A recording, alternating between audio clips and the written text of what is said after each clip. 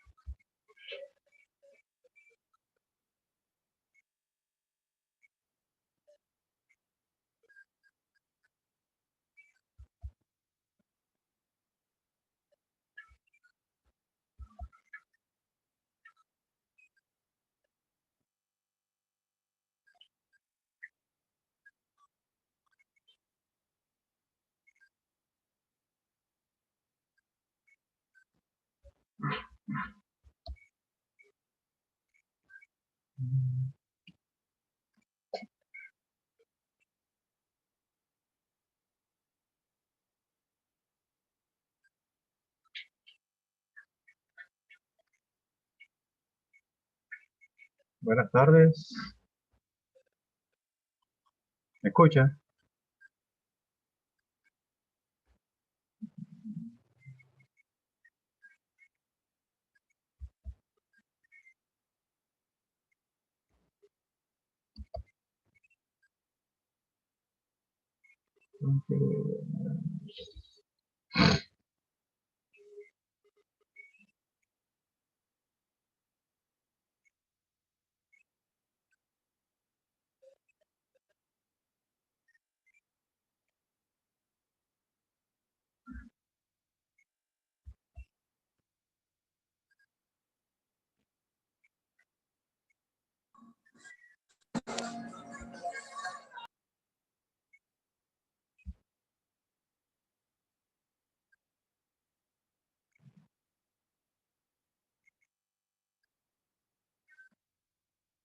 Buenas tardes, bienvenidos a la reunión.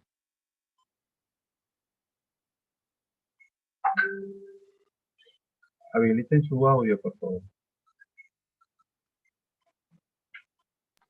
Buenas tardes, profe.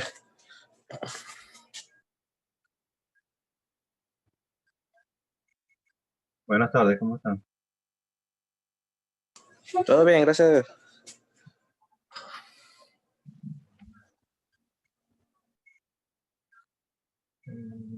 ¿Se oye bien hasta ahora?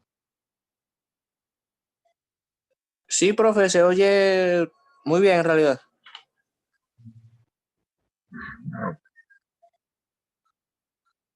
Está. Ahora estás tú, Daniel Castro y Juan Quevedo, nada más.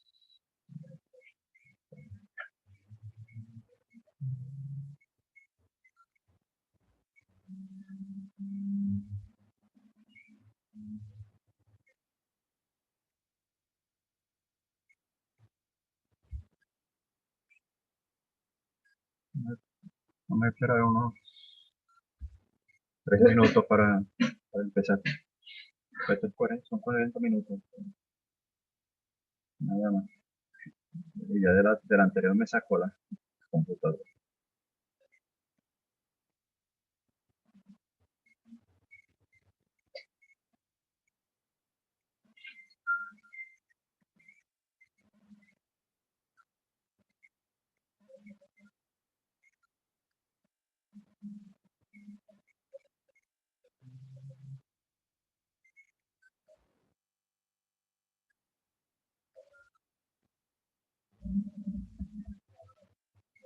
Armando Díaz.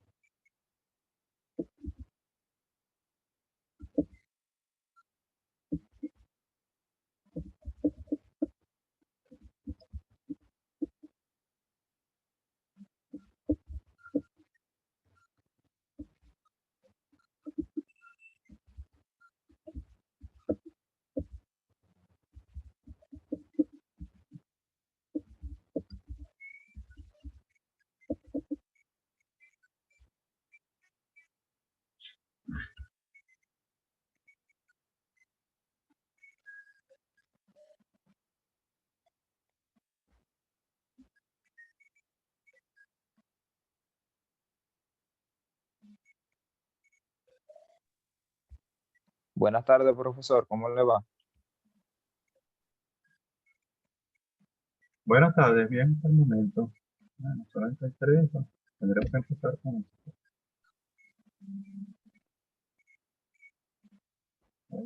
La mala costumbre es que hablo mucho y por lo general el Zoom me saca de las reuniones, no las termino yo.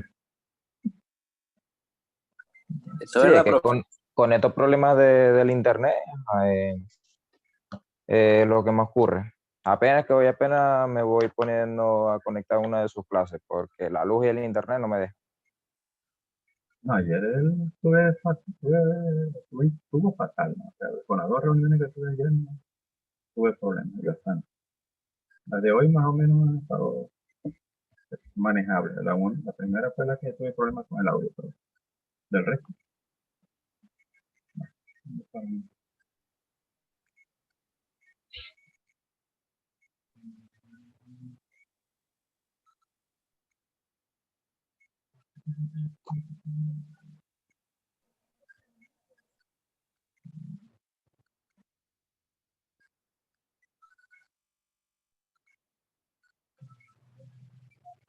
Voy a compartir la pantalla para que empecemos. Ok. Los otros sí llegan, será que la pantalla está a la espera para acá. Espérate.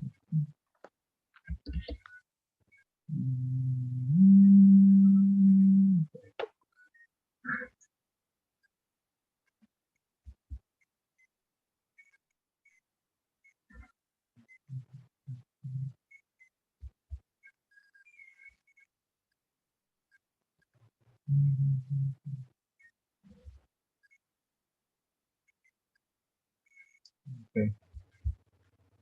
Bueno, vamos a hablar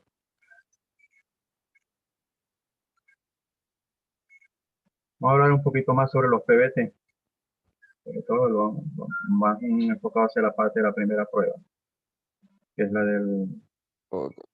separación instantánea. Estos son gráficos de los que se pueden generar a partir de la información que se obtiene en el PBT. Tienes el de RS, que es el que está en la parte central, tienes el de factor de burbujeo. Los datos van de acuerdo a la prueba, van de derecha hacia izquierda. Entonces piensa que el BO arranca en cierto valor, luego sube y después comienza a bajar. Ese punto máximo que alcanza es el punto de burbujeo. La relación gas-petróleo, partiendo de que tenemos un yacimiento subsaturado, piensa que es una constante desde la presión que se inicia la prueba hasta que se alcanza el punto de burbujeo, y después de eso comienza a declinar, a bajar. Y el BT es un factor volumétrico que incluye la parte del factor volumétrico del gas que se va a liberar una vez que alcance el punto de burbujeo y la parte del petróleo. Entonces fíjense que se parece mucho a la curva de comportamiento de la prueba de liberación instantánea. Ok. De la prueba flash o de liberación instantánea, que ya habíamos hablado, o sea, que no es de la que yo utilizo más para si voy a hacer algún tipo de prueba con examen que incluya algo de esto. O sea, la idea es simplemente permitir la expansión del fluido y tratar de identificar el punto donde se presenta la presión de burbujeo, que básicamente es donde hay un cambio de inflexión en los datos. Los datos al inicio, en la parte izquierda de la gráfica, más o menos siguen una trayectoria casi vertical con cierta inclinación, ¿no? Pero más o menos la tendencia es lineal. Y después empiezan a mostrar desviación de esa linealidad. Sin embargo, en los primeros puntos hay más o menos una tendencia a mantenerse. Entonces lo que se busca cuando comienza a hacer a ver ese cambio es cuando estamos ya dentro de lo que es el punto de burbujeo. Entonces allí se hace gráficamente, y es la forma como se hace. Estos datos de la prueba se van graficando, luego se van anotando, luego se grafican los valores. Lo que vamos a medir es el volumen de líquido que hay en la celda cada vez que se expanda. Y lo que, si vemos la gráfica, que en el eje vertical es el VO, lo que está pasando con la medida en que la presión baja es que el volumen tiende a aumentar. Pero es más o menos constante en lo que aumenta en la medida en que baja la presión. A pesar de que los pasos de caída, de bajada de la presión son más grandes. Pero tan pronto como alcanza el punto de burbujeo con pequeños cambios en la presión, el volumen cambia muy, muy fuertemente. ¿Por qué? Porque ahí comienza a haber la liberación de gas. Ok. Entonces, la primera estimación que se hace de la presión de burbujeo, que es la función de esta prueba, es simplemente por la vía gráfica. Sin embargo, si la prueba se hace con mucho cuidado, el valor va a estar más o menos cerca. Pero sin embargo, si hay algún tipo de problema con la mezcla que tenemos, la muestra, pudiera haber desviaciones bastante significativas en cuanto al valor de PB que deberíamos obtener y el que obtenemos de esta prueba.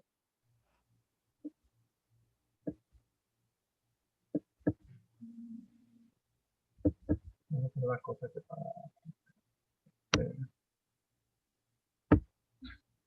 okay. Entonces, ¿qué obtenemos de la prueba flash? La presión de burbujeo.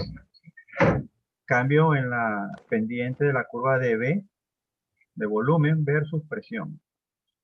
Los volúmenes relativos, que son los volúmenes que se obtienen a cada presión respecto al volumen que se obtiene a la presión de burbujeo. El volumen relativo es el volumen de hidrocarburos sobre el volumen a la presión de burbujeo. La compresibilidad del petróleo se puede derivar a partir de esta data de presiones, sobre todo cuando las presiones son mayores que la presión de burbujeo. Y hay una ecuación que se puede aplicar, o una corrección que se puede aplicar al valor de PB que se obtiene en la gráfica a través de lo que se llama la función Y.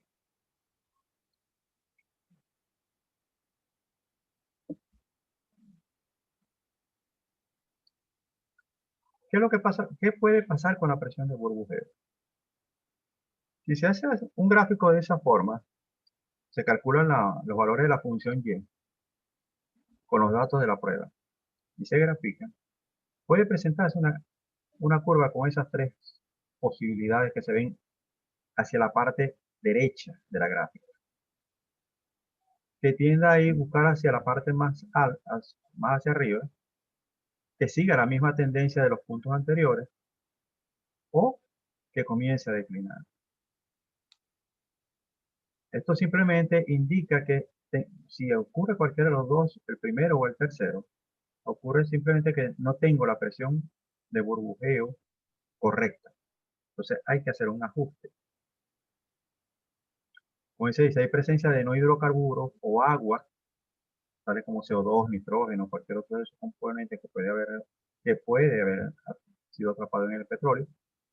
Entonces van a haber ese tipo de desviaciones. Yo creo que no lo incluyo aquí, pero una de las variables que más influyen en que puede haber una desviación muy alta de la presión de burbujeo es la presencia de CO2. O sea, puede causar una desviación hasta de 40% en el valor de la presión de burbujeo. ¿Y eso qué generaría, profesor?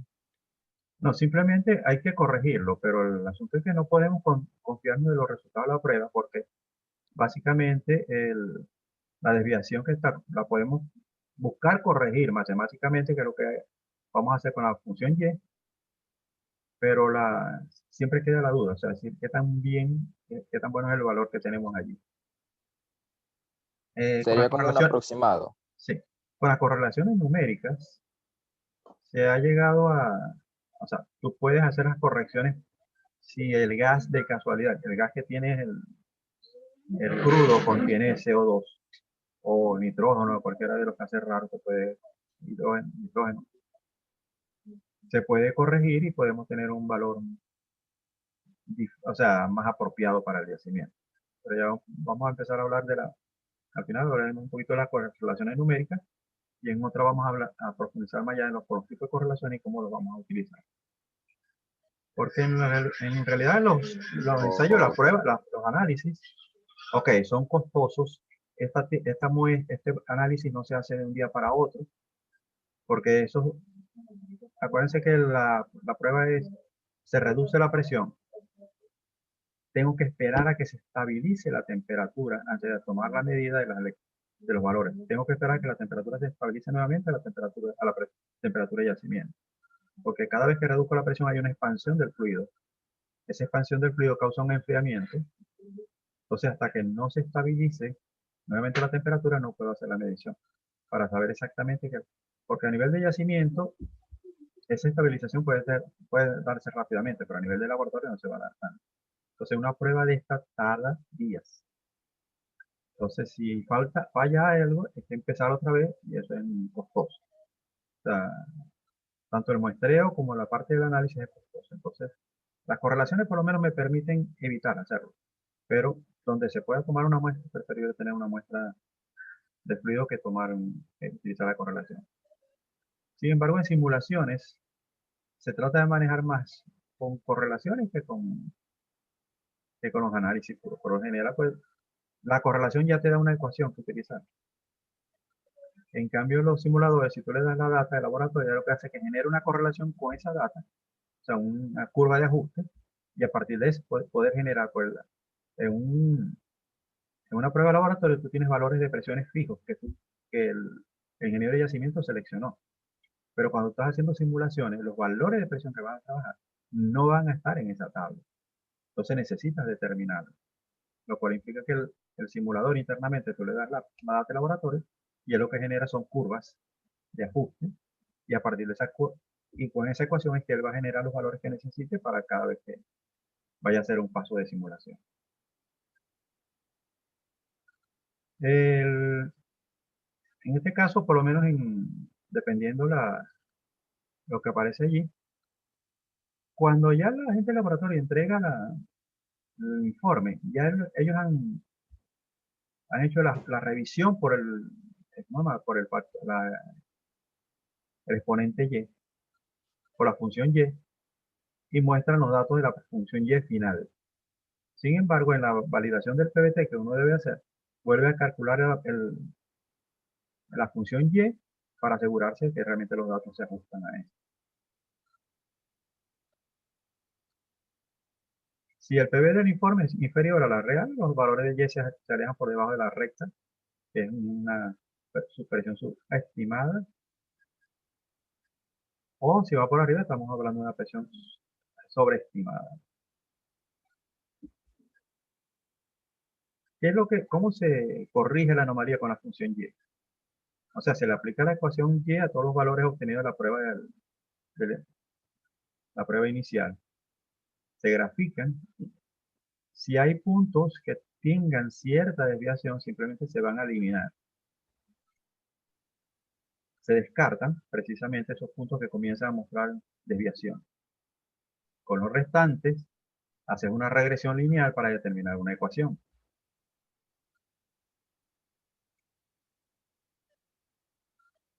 Una ecuación de la función Y igual a mx más b. Siguiente paso, entonces esa ecuación la igualas a la ecuación de la función y comienzas a asumir valores de PB para ya los BR.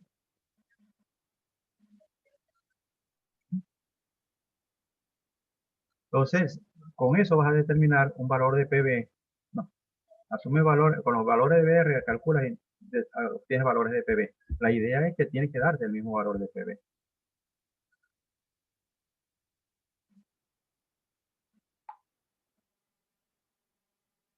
Entonces, en este caso, por lo menos en esta prueba, los resultados fueron que apenas fueron 4 libras de diferencia.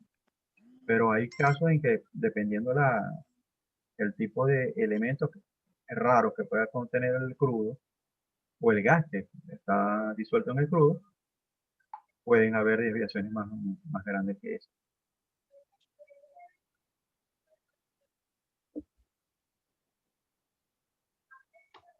Cuatro libras por cada cuadrada de diferencia fue lo que se dio para el... Profesor, disculpe que lo interrumpa. Es normal, ¿no? Me imagino que siempre haya una leve diferencia o siempre, o sea, del 100%, un 90% da igual. O Bueno, siempre... mientras el hombre esté metido allí, sí. Es normal la diferencia. Porque acuérdate que pero, hay un laboratorista que está atendiendo la prueba. Él es el que hace los cambios, o sea, claro está, el ingeniero de yacimiento le pasa la lista, bueno, vas a hacer esta presión, esta presión, esta presión. Le da el programa. Y él simplemente toma las muestras, o sea, va llevando va haciendo el registro de la información. Ahora, como eso es normal de que suceda, que siempre puede haber un valorcito, un valor que se desvíe, ¿no? Yo recuerdo que pero esa no era la de PVT, sino de presión capilar. La parte de la prueba de imbibición y drenaje. Era una prueba que en luz se tardaba como 2 o 3 días de hacerla. Entonces había que hacer grupos y cada grupo tenía que, cada cierto tiempo, se tomaba un grupo nuevo que era estar cada hora o cada 2 horas estar tomando una medición. Y al final se graficaba todos los datos. Pero, o sea, deja de tener una sola persona encargada de eso. Y mientras 2 o 3 personas están, aparte todo eso es medición visual. Porque nada de eso es electrónico. Entonces sí se puede haber el riesgo. Entonces, básicamente se hace para, en cierta forma, eliminar los errores humanos que puede haber. De hecho, y si hay un problema con la calidad del gas, también va a salir en el análisis. Ok, profesor. Otra pregunta, y disculpen la interrupción. Normalmente esta clase de cálculo, no estoy seguro, pero en este momento se hacen por Excel, me imagino, no sé. Sí, no, en la actualidad Ok, es Excel. Anteriormente le tocaba al operador hacerlo a mano. a mano Y alzada, con, y ok. con un curvígrafo tirar las curvas. Ah, exacto, me imagino, claro. Pero Bueno, yo pregunto porque, en la actualidad toda esa data la tienes programada, tienes la parte para calcular, le das los datos y ya te calcula la función Y claro, y te da todas las correcciones en la vida y tú haces el ajuste y claro, haces claro, todo. porque Excel te da esas opciones de donde salen los puntos exactos, pues sí, sí, me imagino. Ok, perfecto. Muchas gracias, Sí, disculpe la interrupción. no, es que en la medida en que las cosas han ido mejorando en ese sentido, de que tenemos por lo menos Excel como una herramienta, en lugar de tener que hacerlo manualmente con una calculadora, hacer los ajustes, los redondeos, todo eso, después graficar, tirar un curvígrafo, todo lo que tienes que hacer, en el momento lo puedes hacer con Excel. Ok.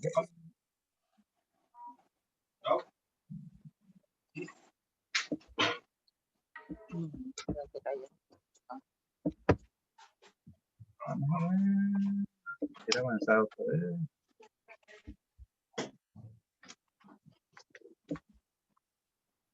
Okay.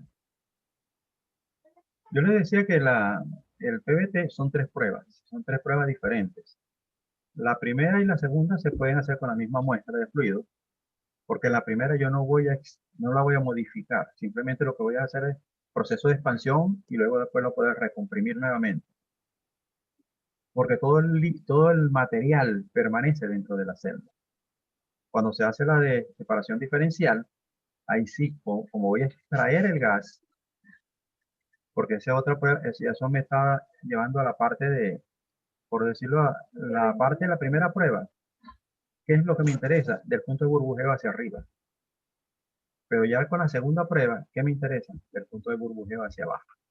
porque es la parte cuando el petróleo empieza a perder el gas. ¿Qué pasa? ¿Cómo varía esto? Entonces, en esa etapa yo puedo ver cuál es el comportamiento de los fluidos en ese momento y puedo ver la calidad del gas que se está produciendo. Pues eso se va a medir también aparte. Entonces, ¿qué pasa? El PVT, dentro del yacimiento ocurren los dos procesos. Uno por encima del punto burbujeado, donde la expansión es sin dejar de ser líquido. Y otro es por debajo, donde tú tienes la expansión, donde parte del gas permanece con el líquido, pero la otra parte se libera dentro del yacimiento. Y puede ser que en el momento ese gas permanezca en contacto con el petróleo por cierto tiempo. ¿Por qué? Si yo tengo un yacimiento subsaturado, nada más tengo petróleo, no existe gas en el yacimiento en ese momento, no existe gas libre. No hay permeabilidad relativa al gas. Y si no hay permeabilidad relativa al gas, cuando el gas comienza a liberarse, donde se libera ahí se queda. Porque para poder moverse dentro del yacimiento, si se acuerdan de las permeabilidades relativas, es la facilidad para que tiene un fluido para moverse dentro del yacimiento en presencia de otros. Pero va a pasar un momento, un tiempo en que la saturación de gas va a comenzar a aumentar en el yacimiento y va a llegar a un valor. Eso es lo que se llama la saturación de gas crítica o connata o irreducible. A partir de ese valor de saturación de gas, el gas adicional comienza a tener movilidad. Ahora, ¿dónde se va a liberar el gas? Dentro del yacimiento. ¿En todas partes? No. Se va a liberar cerca de los pozos productores, porque es el sitio donde la presión va a caer más. Pues acuérdate que el diferencial de presión viene aplicado desde el límite de la zona donde está produciendo el pozo hasta el pozo. ¿Y dónde el nivel de presión es más bajo? En el pozo. ¿Dónde va a caer primero la presión del yacimiento por debajo del punto de burbujeo? Cerca del pozo. Entonces la liberación de gas va a ser en las cercanías del pozo. En los yacimientos de gas sucede algo parecido, pero recuerda en los de condensado. El gas condensado tiene líquido vaporizado dentro del gas. O sea, cuando el yacimiento está por encima del punto de rocío, no existe líquido libre. Pero cuando cae por debajo del punto de rocío, sí comienza a haber gas, líquido a depositarse líquidos en el yacimiento de gas. Y sucede lo mismo. Comienza a depositarse ¿dónde? En las cercanías del pozo productor. Pero al contrario del caso del gas, el hecho de que el gas se libere allí y quede allí, no me va a afectar tanto la producción. En el caso del condensado, sí. El condensado al gas sí lo afecta. Porque ya el líquido se convierte en una barrera al fluido de gas. Entonces, en los yacimientos de gas condensado, cuando se depositan los bancos de líquido, ahí hay pérdida de producción. En el caso del petróleo, cuando comienza a liberarse gas, no hay tanta pérdida de producción a un inicio, pero puede pasar. Pero no afecta tanto como en el caso de un yacimiento de gas condensado. Y a un yacimiento de gas condensado, por la misma situación, se le hace un PVT. A uno de gas seco, no. Eso es gas. Esas son ecuaciones de lo que vas a utilizar para hallar los factores, pero en un yacimiento de gas condensado, sí, tienes que se le hace un PVT también. Entonces, ¿por qué debemos combinar las pruebas? Simplemente porque el proceso de producción dentro del yacimiento y en el pozo ocurre todo eso. Todo lo que ocurre en las tres pruebas lo tenemos. Entonces, el asunto es que tenemos que coordinar todo. Lo que sí es que hay dos formas de representarlo, el PVT. Uno en función de la prueba de separación diferencial y otro en función de la prueba del separador. Operacionalmente, para los efectos de campo, debería ser tomando como base los resultados de la prueba del separador. En cuanto a lo que es el volumen residual de petróleo. Pero cuando estamos hablando de yacimiento, la prueba que vale es realmente la de separación diferencial. Es el volumen residual dentro del yacimiento. Porque las dos primeras ocurren dentro del yacimiento, la tercera ocurre fuera. La tercera prueba, pues. Sí, por la así de decirlo. separadores. Pues estamos hablando de La cómo lo separadores, separo sí. en superficie. O sea, ya el fluido Ok, sale del exacto. yacimiento. Pero las dos primeras Claro, pruebas estamos hablando de lo que sucede dentro del yacimiento. Ah, ¿que ocurre dentro del pozo? Sí, también ocurre dentro del pozo. Porque yo puedo estar produciendo un fluido que esté por encima de la presión de burbujeo en el fondo del pozo. Pero mientras ese fluido va a esta superficie, la presión comienza a bajar y automáticamente comienza a haber liberación de gas. O sea que la segunda fase, la segunda prueba, se da también dentro del pozo cuando mi presión en el fondo es la presión de burbujeo. Ok. Ahora, correlaciones PVT, ¿qué son? Son correlaciones de propiedades PVT. La presión de burbujeo, el gas en solución, el factor volumétrico del petróleo, factor volumétrico del gas, viscosidad del petróleo, viscosidad del gas, todo eso se puede determinar de correlaciones numéricas que han sido desarrolladas, pero esas correlaciones se relacionan con las propiedades del fluido determinadas a nivel de laboratorio. O sea, es como aplicar por lo menos la función Y, pero tomando datos de laboratorio, por lo menos de la prueba de liberación instantánea, con esos datos tú puedes generar una correlación. En yacimiento que ya comprobaste que esa es la presión de burbujeo, tomas de diferentes sitios, haces una combinación y determinas unos valores de correlación. Ahora, esa correlación como tal aplica dentro de ciertos rangos. No aplica para todos los yacimientos porque cada uno de ellas tiene ciertas condiciones. Aquí por lo menos la correlación de standing aplica en muchos yacimientos nuestros. Sin embargo, fue hecha con un crudo de California. Ya se me está terminando el tiempo. Entonces, los modelos matemáticos son una alternativa cuando no tenemos yacimientos que no se dispongan, no sea posible realizar un PVT. Puede ser un yacimiento pequeño, en el momento la empresa era muy pequeña, no quiso tomar PVT, más tarde después lo tomó otra empresa más grande, le interesaba tomar un PVT, pero ya el yacimiento había alcanzado el punto de burbujeo, y ahí no se puede tomar un PVT, puedes aplicar una correlación para determinarlo.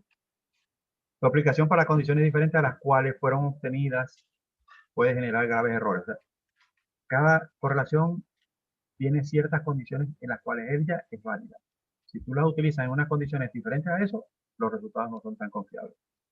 Son aplicables para una determinada condiciones y rango de valores que deben ser considerados a la hora de usarlos y analizar los resultados. El uso de computadores en el área de ingeniería ha popularizado el uso de estas correlaciones analíticas para automatizar procesos de diseño de diversas aplicaciones de explotación y producción. Primero, los PVT no están en todos sitios. Los pozos que tienen PVT son muy escasos. Si tú necesitas información de un PVT para hacer un diseño o evaluar un comportamiento de producción, tienes que empezar por buscar el PVT, a ver dónde anda, porque no está en un archivo especial, empezando por allí, está en el archivo del pozo. Entonces tienes que saber cuál es el pozo que lo tiene.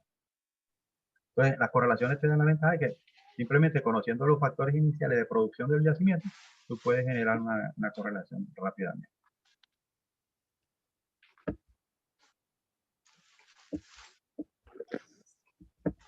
O sea, profesor, que cuando, por ejemplo, como no todos tienen PVT, con las correlaciones se puede matemáticamente se puede generar lo que se llama un sintético. Ok. Eso es lo que se llama si tú hoy hablas de un PVT sintético, es eso. No es otra cosa. Es un PVT generado por correlaciones numéricas. Ok. Aquí está una lista de muchas de las que hay. Hay un libro que lo pueden conseguir en internet que se habla de correlaciones numéricas de Carlos Banzer. Les aconsejo que la busquen. La pueden bajar, o sea, en internet la consiguen. De cualquier manera, en la página Saya está. Ok.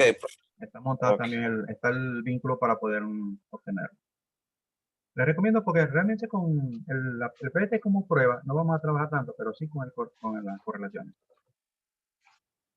Ahí sí vamos a tener que hacer cálculos. Y bueno, eso es lo que tenía por hoy.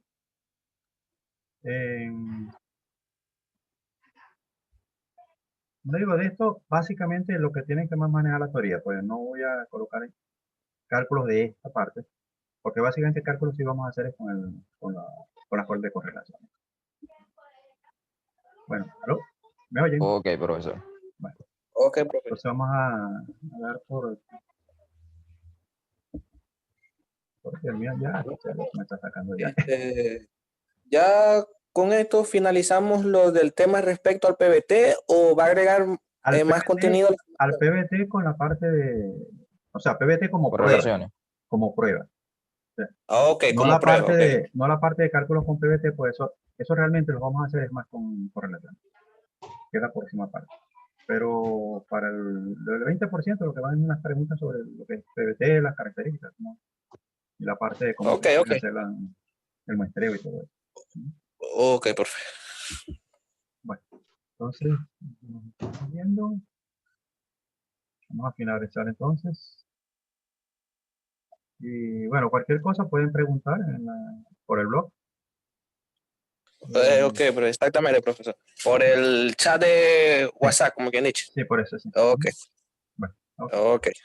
Ok, profesor. Muchas gracias Ok. entonces por Ok, toda la profesor. información y espero que pase una feliz tarde. Igual para ustedes. Espero que pasen una feliz tarde, profe. Muchas gracias por su tiempo. Bueno, igual.